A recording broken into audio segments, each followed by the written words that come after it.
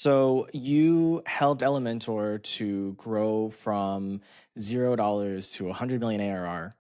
And after working with them, decided to go into helping founders to brand themselves. And I reached out to you because this is a topic that I'm constantly thinking about, whether it's for myself or the companies that I'm working with. And even though I have a background in psychology, it's always great to hear from other people because I don't have all of the answers. And I think that's one of the great things about being an entrepreneur is that you're constantly trying to identify problems and then solve them. And so in our intro call the other day, you were helping me to think through some of the things that I do and don't do that help me establish a brand. And so today is going deeper into that. And so this is maybe less of an interview and more of a workshop. And so, if you're here listening to this, what you're going to get out of it is hopefully a better understanding of the nuances of building your personal brand so that people will like what you are talking about, want to follow you. And when you have something to sell, they want to buy from you.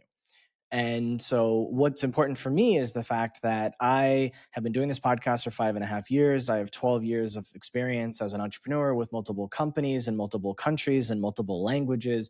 I've done angel investing, and I feel like I have a good grasp on a lot of different things. But something that's always been hard for me is personal branding because when social media was coming out and the idea of personal branding came out, I was living in China behind the Great Firewall.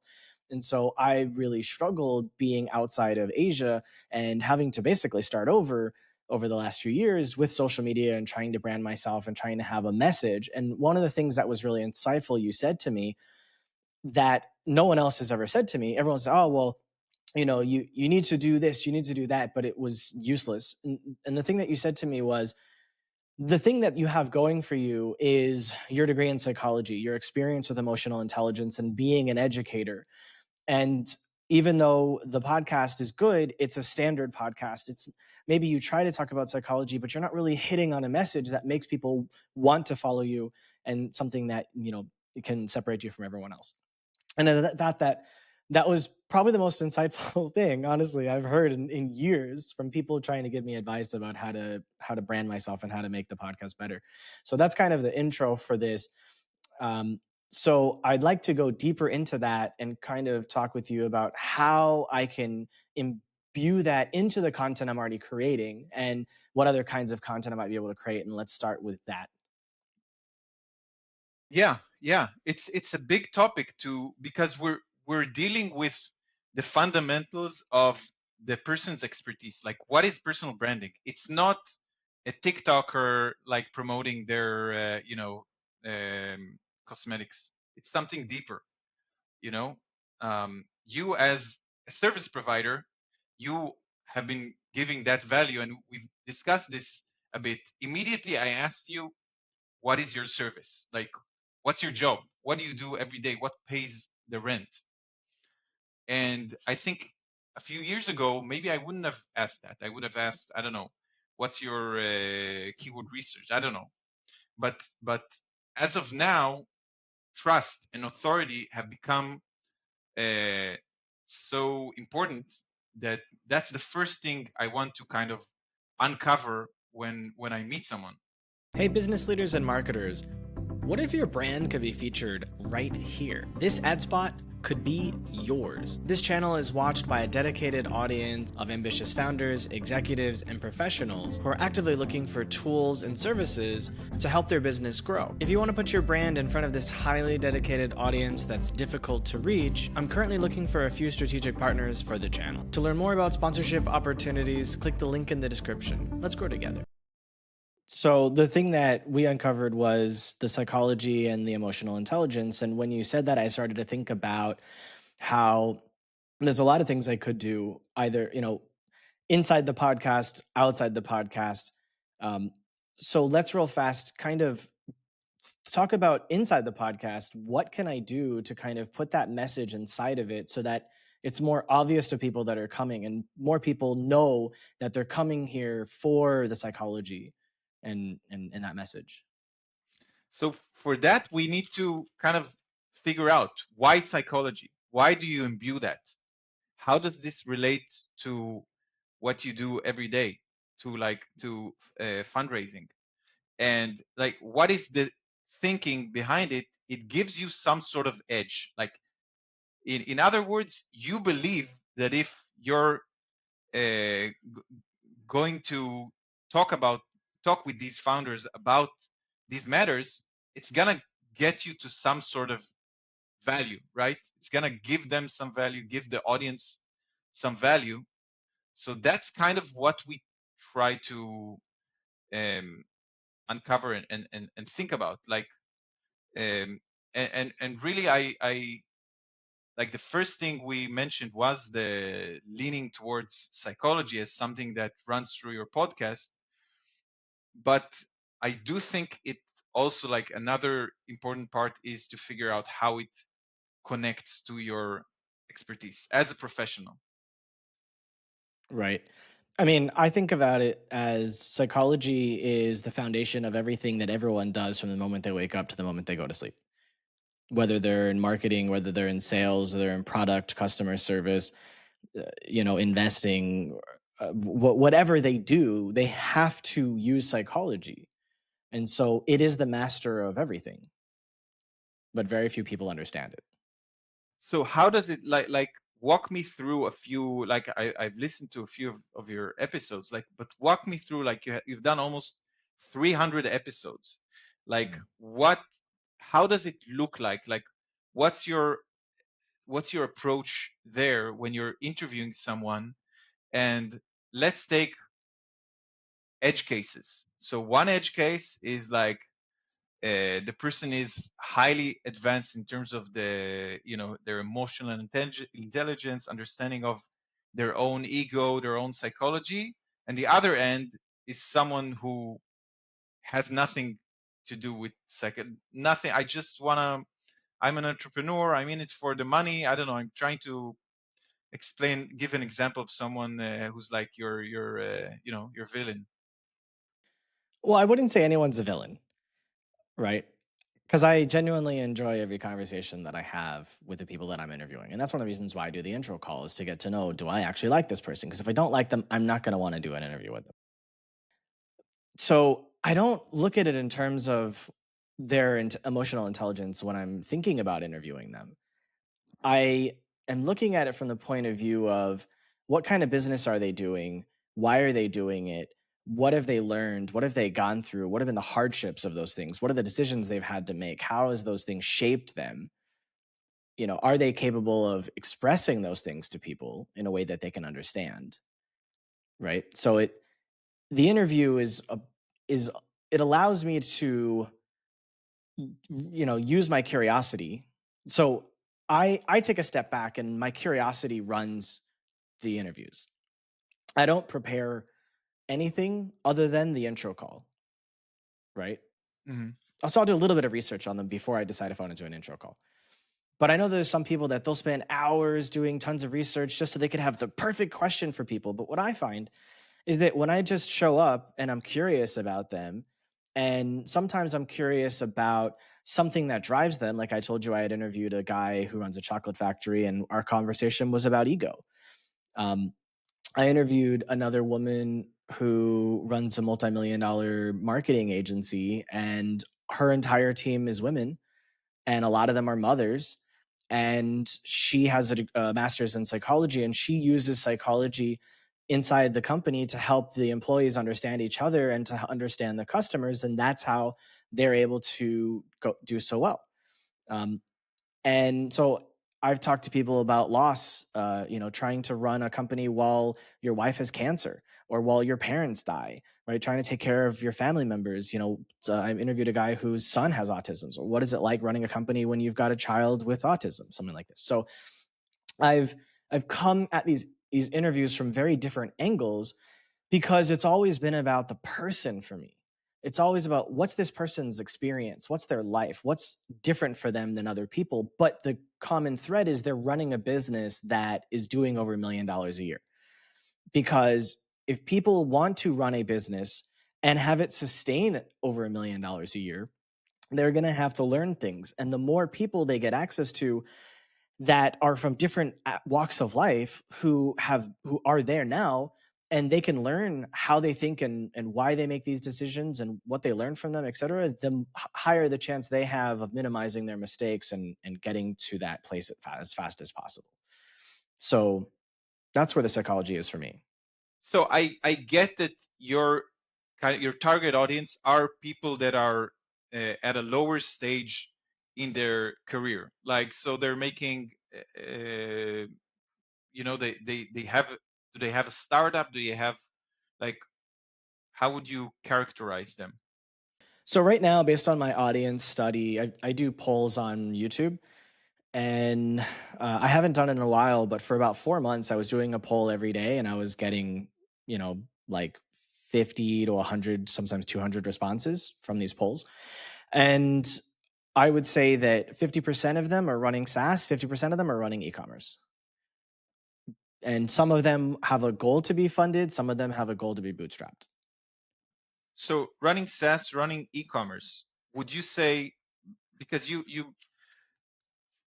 mentioned that the conversation is freewheeling, so you're getting the person that's running a successful SaaS, a successful e-commerce, interviewing them in hopes to uncover like challenges um, that they faced, with the idea that if they face that, that's something that your audience can learn about and sort of get Yes. value from.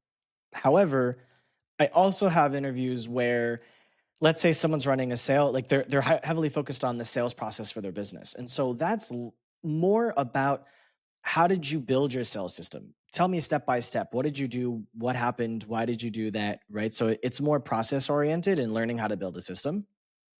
So some of them are marketing systems, some are sales systems, some are product systems, and other times it's about psychology. But even in those systems based interviews, I still try to talk about their psychology as they're talking about why they developed the system this way. Have you utilized yourself one of the things that you learned? Like, have you taken it yourself for, like what? Yeah. Absolutely. I mean, I've been doing this for 5.5 years. And so I've learned a tremendous amount from the people I've interviewed. And I use it as much as I can whenever I can, whether it's giving advice to other startups or, you know, whether I'm looking to invest in a startup.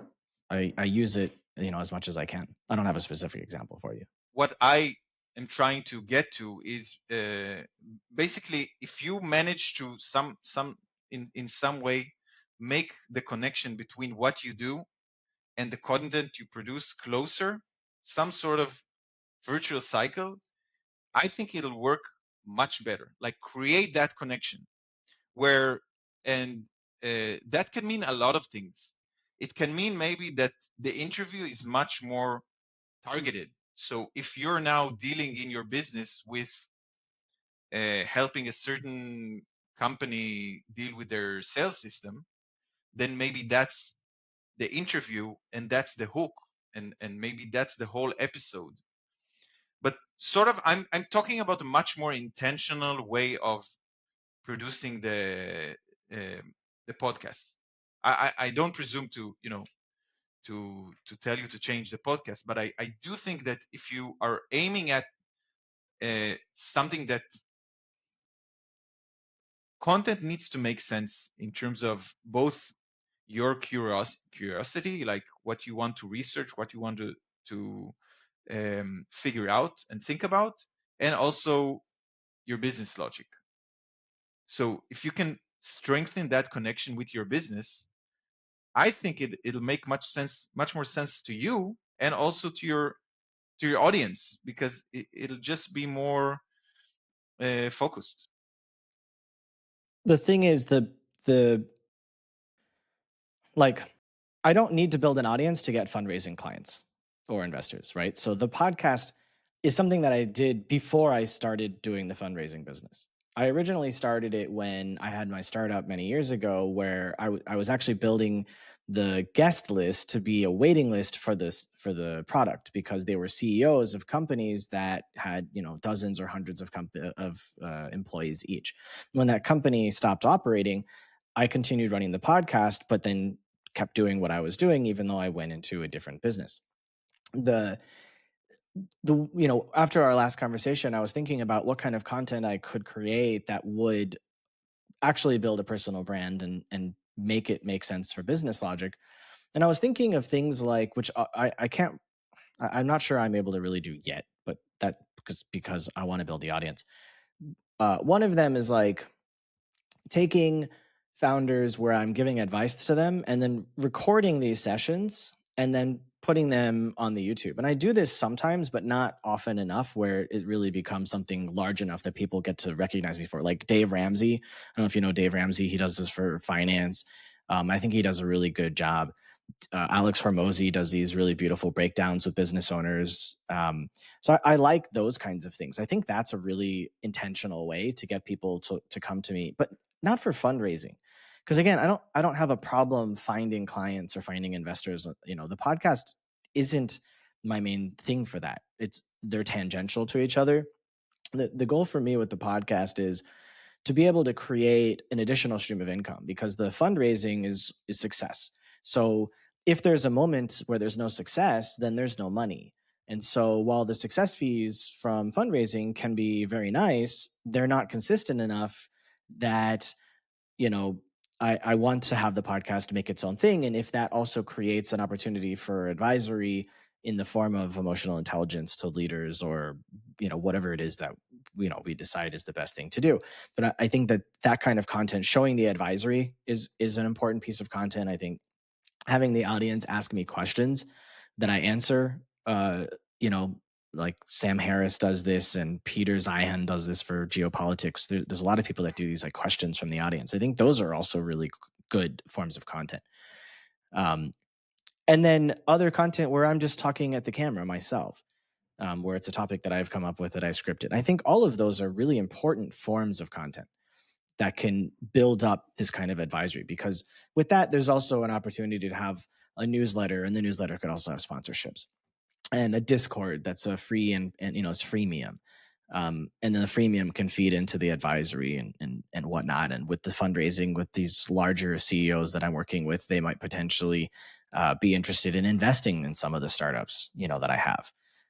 So I think there's a lot of potential as well, because these companies might need fractional COO or fractional CTO or CMO or CFO. And I have access to a lot of those kinds of people that I know and I trust. So I think there's a massive ecosystem for being able to help startups, whether they're going to be funded or bootstrapped. All of these kinds of businesses need support, and fundraising is just one of those services. And I think that these other services are far more sustainable and scalable, where the fundraising is, a really nice to continue with, a really nice to have. I don't think you necessarily need to have a podcast about fundraising, but I do think like that you need to connect things, because I think a podcast like this, you're researching a problem. You're trying to figure out a problem. And I think that's something you probably do with your startups as well. You don't just, figure out what is their who will give them money. You figure out what's their positioning, what's their problem, what's their challenges, like. And I from my experience, like, content has gone through a change now, where it used to be just something you do. Like when blogging began, it was just people writing about whatever they liked. Okay, then as blogging evolved, it became more oriented towards SEO and keyword research. And now what is happening, it's going through another shift where all that keyword research, all that SEO oriented, like put content in, get revenue out, it doesn't work anymore. So what does still work is like real expertise, but that's really hard to do. It's hard to do. So the few people who actually manage to do that, like, they have problems in their real business that they're solving. They're trying to figure out these problems through their content. Those are the ones that stand out, because they're like, it's a lot more. You're not like, you can look at it in terms of energy. You're inviting someone to your house to an interview, and they're like, okay, sit back, tell me whatever. You're like a psychologist. Like you're like, okay, tell me what are your problems. You're like open-minded. And I think like, and that's fine, but I think if you want resonance right now, you should be much more like a lab researcher. You're like, I brought you here to my house to answer this question. I'm just gonna pound you with questions. Like, I don't know if you know um, Ezra Klein. It's Yes. a totally different Yeah. Very different. podcast, but I think that's what he does so well.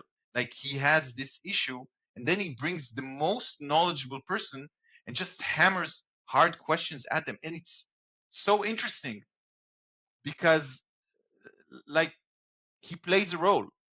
He's not like doing the the generic, I would say, podcast of like, let's figure out what are you dealing with, and he's like really trying to figure out a problem, answer a problem.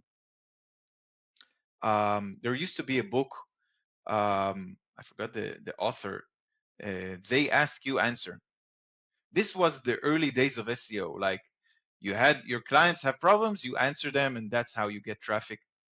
So it's not working like that anymore because AI can answer that. You don't need a person, but they ask you answer. It's still relevant if you think of the question as something, the hard questions, like what is going on, where should I invest, what's a good marketing strategy. But then I think if you have more skin in the game, if you're trying to answer it for your own clients, it just, you feel it in the content itself that this person is trying to um, answer that. And you can position yourself differently there. You can be someone who hasn't figured it out yet. Um, Maybe I'm, I don't know, like a good example for this, but you can put yourself as someone who figured everything out. This would be the realm of Alex Hormozi and the likes. Yeah, and I'm not willing to I'm not willing to live that. I know that I know what I know and I know what I don't know. And Alex is the same. I know he's not going to pretend to know something that he doesn't. And I think that's why people like him, is that the vast majority of people pretend to know. And so I will never be someone that pretends to know something. If I don't know the answer, I will say I don't know. But I also put a lot of time and energy into learning every day so that I can try to know as much about as many things as possible. Um, and then of course that makes me more useful when I'm talking to investors or startups or people that I'm advising or looking to invest in myself, things like that. Um, but yeah, I think what's important for me is to figure out what exactly that message you were referring to before should be, so that it's easier for me to start to think about what is the next step so that I can build that audience. Because as we said, there's four or five kinds of content that I could do. You know, advising people, like I can go through Growth Mentor, and I've done this before with Growth Mentor, or I've asked some of the mentees, hey, can I record and publish our session? The vast majority of them are really early in their business. So I think they're too early to even like really put them on the YouTube channel as like, because the problems they're having are earlier than the problems I want to work with people that can pay, obviously. So Yeah, I think in the podcast you did get some of the elements right.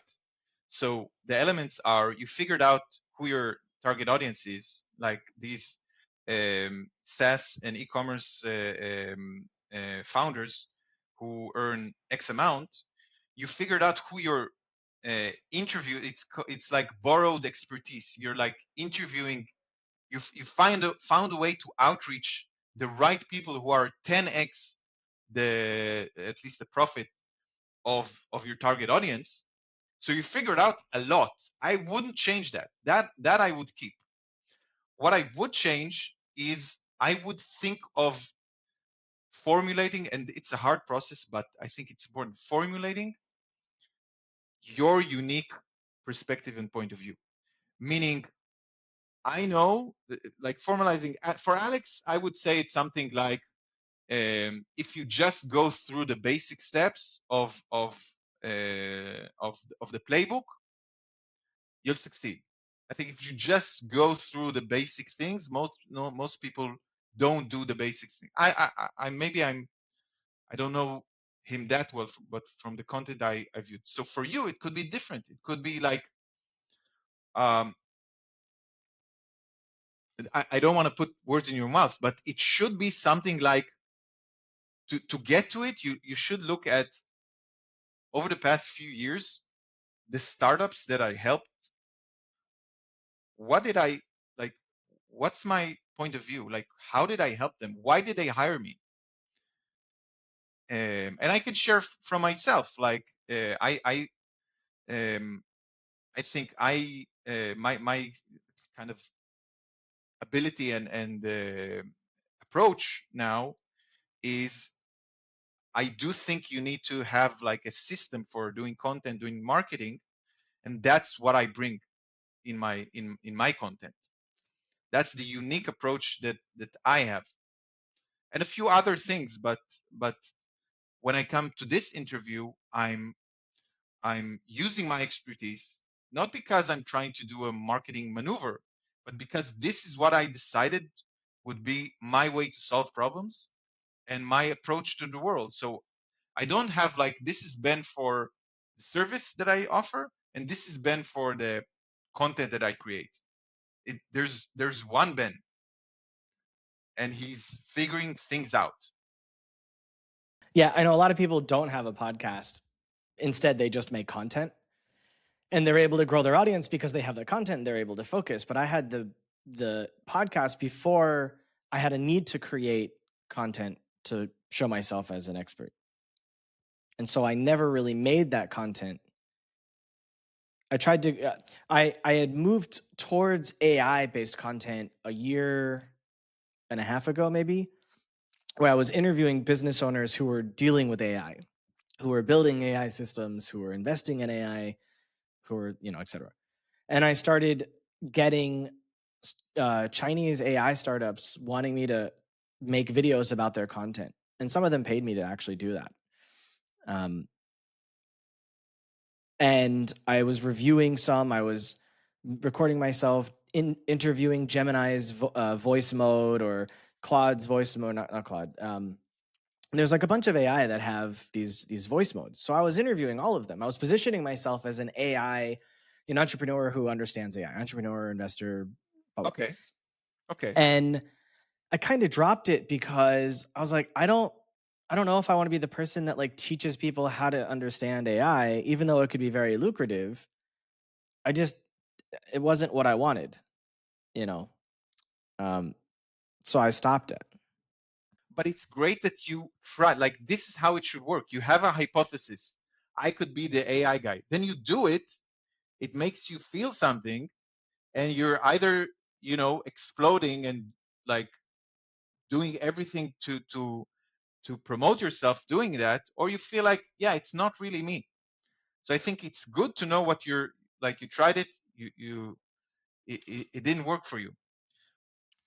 I think what might be interesting is, in the age of AI where everything is becoming less personalized, emotional intelligence is even more important because people are grasping at straws to be connected to other people, especially among their team members and their business leaders and all that. I think what would be really interesting for me is, like, as I said, I'm interviewing these people that are running 7, 8, 9-figure brands as well. I would love to be able to have those people be my clients. They come to me, like, they go to Tony Robbins, some people that are like massively wealthy, like billionaires, go to Tony Robbins for emotional intelligence support or like business change support. I would love to be able to help those people because, of course, they can pay a lot of money and they're solving bigger problems. Obviously, if I build an audience and the audience wants those services, obviously the pricing has to be different to match what they can afford, which is also fine. But I also think it'd be really cool because I'm interviewing these people already, and then to have them become clients, and then other people come and they're, interviewed, and then they become clients, and that's a really easy kind of thing to have. I don't want to say revolving door. That doesn't sound good, but I do think there's tremendous value in this emotional intelligence. But as I was telling you before, I also don't want to be boxed in so that I'm not able to provide like strategy and advice, because I think I'm really good at that. But why isn't that the strategy? Why isn't what the strategy? Why is that not part of the strategy? So someone comes in, tells you, listen, I've been doing sales. No one is buying my product. Everything is working. And then you say, yeah, let's uncover like what is happening there. Are you too defensive? Like you're using, I don't know, like basically if you have that idea, it came from somewhere. Like, and I would phrase it like in the age of AI, like using emotion, like developing your emotional intelligence gives you an edge and can really bring you even um, like business success if you take it to the extreme. So the reason why I haven't done that so far is because generally when I'm interviewing people, they don't. I don't specifically uncover any problems inside the interview.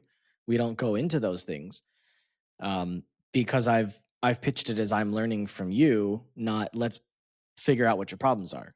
Right? I've never taken the interviews to be that kind of a session for them. Um, and if I'm interviewing someone who's doing $30 million a year, like they don't have a sales problem, right? They may have a problem. I don't know what it is, but like they're not gonna have a sales problem. Maybe they have a maybe there's some sort of bottleneck, like they're the bottleneck, right? They need to give up more control, but like generally by that time they have all their systems in place. They have the people in place. They have the product. They know what they're doing, right?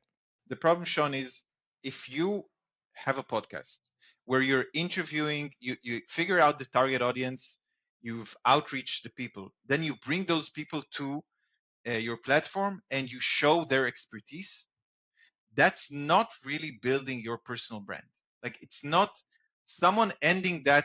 Like if you're successful, someone will watch the episode and say, "Wow, this person, this founder, he's great. I need to, or she's great. I need to start following her." Yeah. They're not gonna say, "I need to hire Sean." So it's pretty simple to flip Yeah. that. It's pretty simple. It's not hard. You just need to flip the script somewhat. You need to find, and the way I do it is really super. It's so simple. It's like this. And again, I tie it to the service. Okay, your service. It's easiest for service providers. It's easier than people who run products.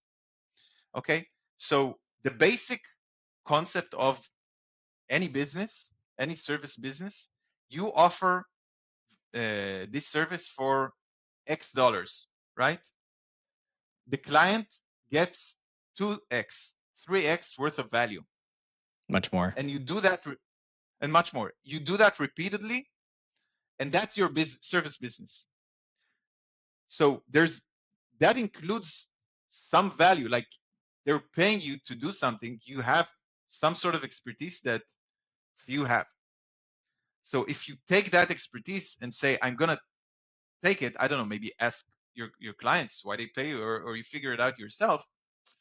And then you say, okay, I'm going to share this value instead of one to one with my client. I'm going to share it one to many in the podcast, but I'm going to do it in an interesting way. I'm going to actually interview someone that I know they're top bar. They're like making over $1 million a year.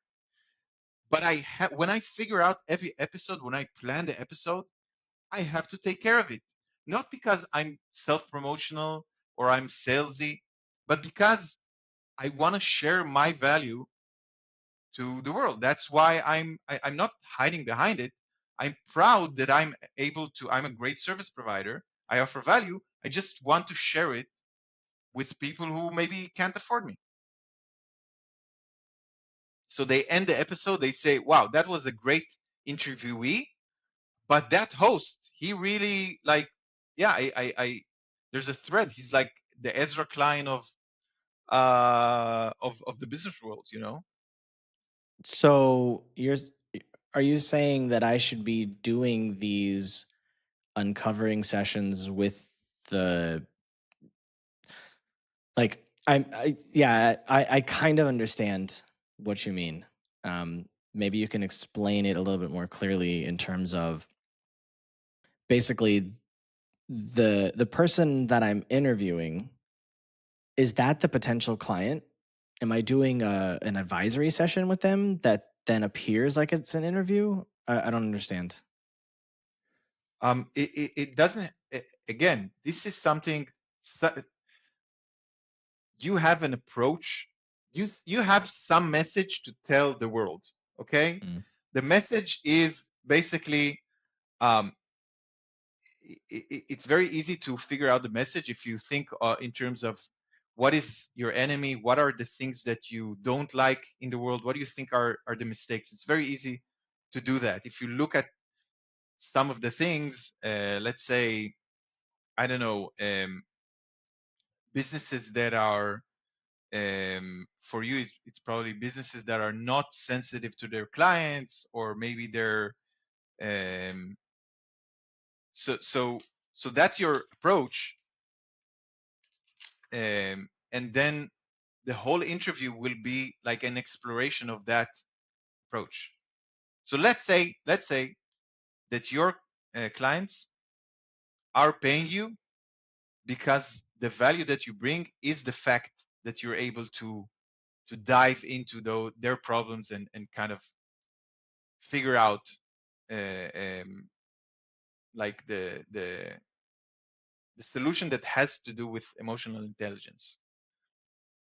Okay, now you've booked an interview with someone who is running a successful business. So I would say the episode should be you trying to explore similar challenges and maybe figure out something that relates to that. Does it make sense?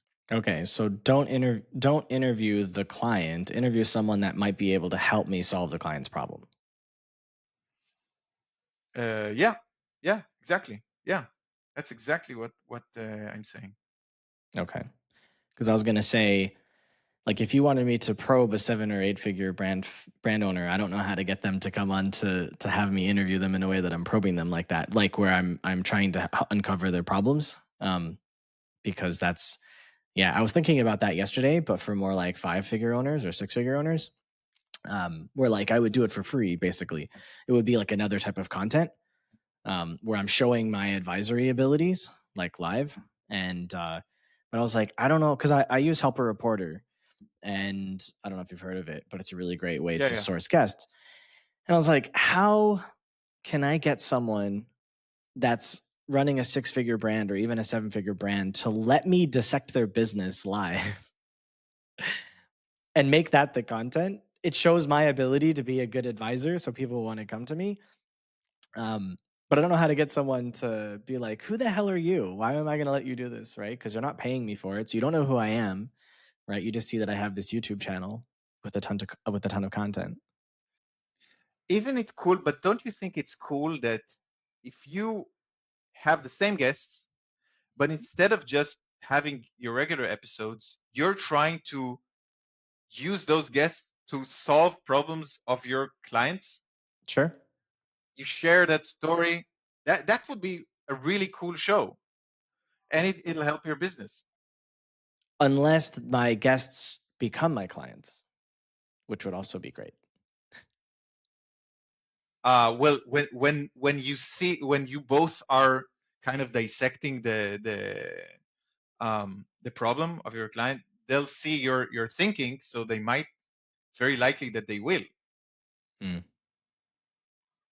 So that, it's on a case by case basis. But what I always like to find is that sweet spot where you're not investing in content. Okay, I'm now writing my post or now having my podcast interview. I want it to be something that you do because it helps your business. It helps you thinking about the problems of your clients. I find that it's just it's great. And I have a client who like I have clients of a much varied types. So one of my clients is she's a face yoga instructor. Face yoga. Face yoga, like the exercises, Oh, okay. but it's the same thing. We're trying to figure out like how not to do the generic, Instagram videos that everyone is doing, but figuring out. That's easy. You have a thumbnail that's like, you know, like just silly faces, and then the people are like, "What the hell is this?" And then they want to watch it. Yeah, for sure. I don't know. I don't know if that was your advice, but That's a good idea. That's exactly like, yeah, verbatim. because a lot of people have these thumbnails on YouTube, they're like, right, these like weird contorted faces where you're like, why is this person making such a face? I need to see what's going on. That's what the monkey brain. That's true. Yeah, the fact that it's visual for sure. Yeah. Okay. And then really that the other issues I face is like actually building up like what is the service, and how do you create the funnel and the newsletter. Like there's a lot of things that go into all of this stuff.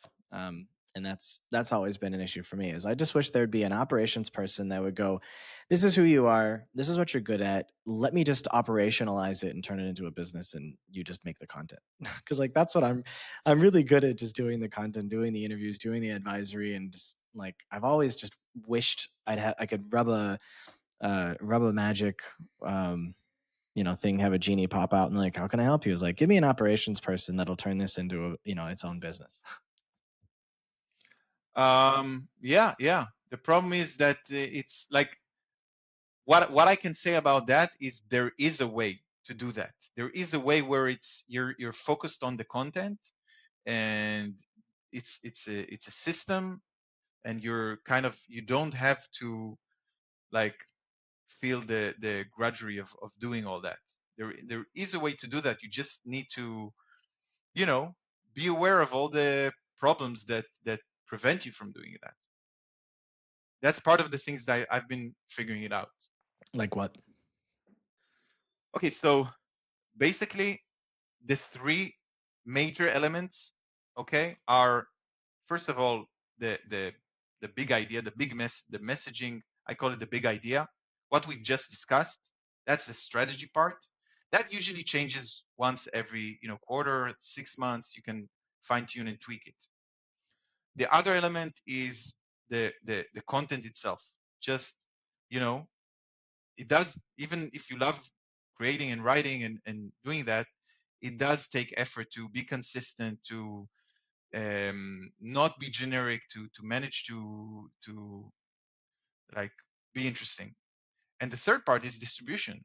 Like, okay, I'm creating interesting content that shows my expertise. How do I get larger and larger audience to be aware of that? Yeah, it's a huge problem. Distribution, I think, is the hardest thing of all, because like I put out content that I think is good. And like with shorts on YouTube, it'll get like sometimes 5,000 or 10,000 views, but on average, it's like 500 to 2,000 for a short.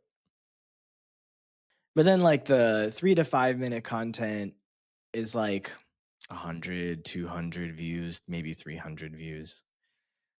So the shorts perform much better than the middle level, the short-ish content. But the shorts don't really turn into subscribers. They don't really turn into anything. They're just kind of scrolling and then going on to the next thing. They don't really, interact.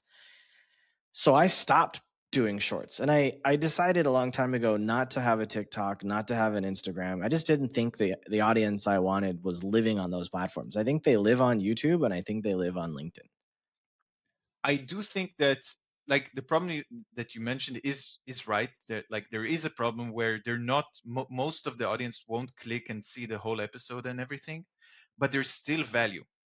Okay, they watched a minute and a half of your content, they kind of recognize you, and slowly over time, that's basically how you build your brand and your expertise. And they might know you just from several 1.5 minute videos. That could actually be enough to for them to kind of go to the next level, either hire you or become a subscriber at one day. You do want to have um, sort of this system in place where you're churning out shorts as well, because it's much easier to get those distributed, and in front of people. And I find that people recognize you more than you think. They recognize your face. They, even if they haven't watched the video, you'll go to an event and they're like, oh, I know you. I saw you. Like, I think this has happened once. I was playing at a golf range. I was doing what's it called? I went back to Vietnam, and I lived there previously for a number of years. I was visiting a friend, and we were playing golf at the one of the driving ranges, and there was this like Vietnamese American girl who was playing golf in the next like space from us, because it's a driving range, so everyone's next to each other. And she was like, "Oh, what do you do?" And I said, "Oh, yeah, I do. I have a YouTube channel and talk about entrepreneurship and whatnot." And she's like, "Oh, what's the name?" I was like, "Oh, We Live to Build." She's like, "I think I've seen that before." I'm like, "How the hell would you have seen it?" But like, okay, fine. So yeah, I think that's cool. I think that's really cool. Like, even with AI and AI slop and everyone complaining like that, everything is just marketing is now full of crap and everyone is just out for likes, and even in this world, there's still like this whole ecosystem of idea exchange that's kind of working, where someone who has committed themselves to thinking problems out in public, they get an audience, they discuss with other influencers. Simon Sinek talks to Brene Brown, and there's sort of something that resembles still a discussion that is happening online. um, this hasn't died. So that fills me with some sort of hope and optimism about this whole thing that we're part of. what's the most important thing you've learned working with Elementor, and how have you applied that to your business now? The most important thing, I think, so in my last tenure, I was focused on my role was marketing new products that were really highly technical. So the what I found there was, I think, the appreciation that I had of a bigger story, that you have to have a bigger story. Um, that applies very much to products, to technical products. If you're trying to market and get attention, and you have to kind of step out of that technical feature realm and sort of figure out something broader, some more interesting question. And it's not easy. And most product owners don't do it. Most business owners don't do it. But I find that this is like super important. Like the conversation that we had at the beginning, that's the role, and it doesn't lead you to something like, usually it shouldn't lead you to something that's like saying bullshit. It should lead you to something you actually believe in, and that's a win-win for your audience, and for your product and for yourself. Thanks for watching. If you liked this insight, I've handpicked another video for you right here on the screen. For more actionable strategies that get you real results, hit subscribe.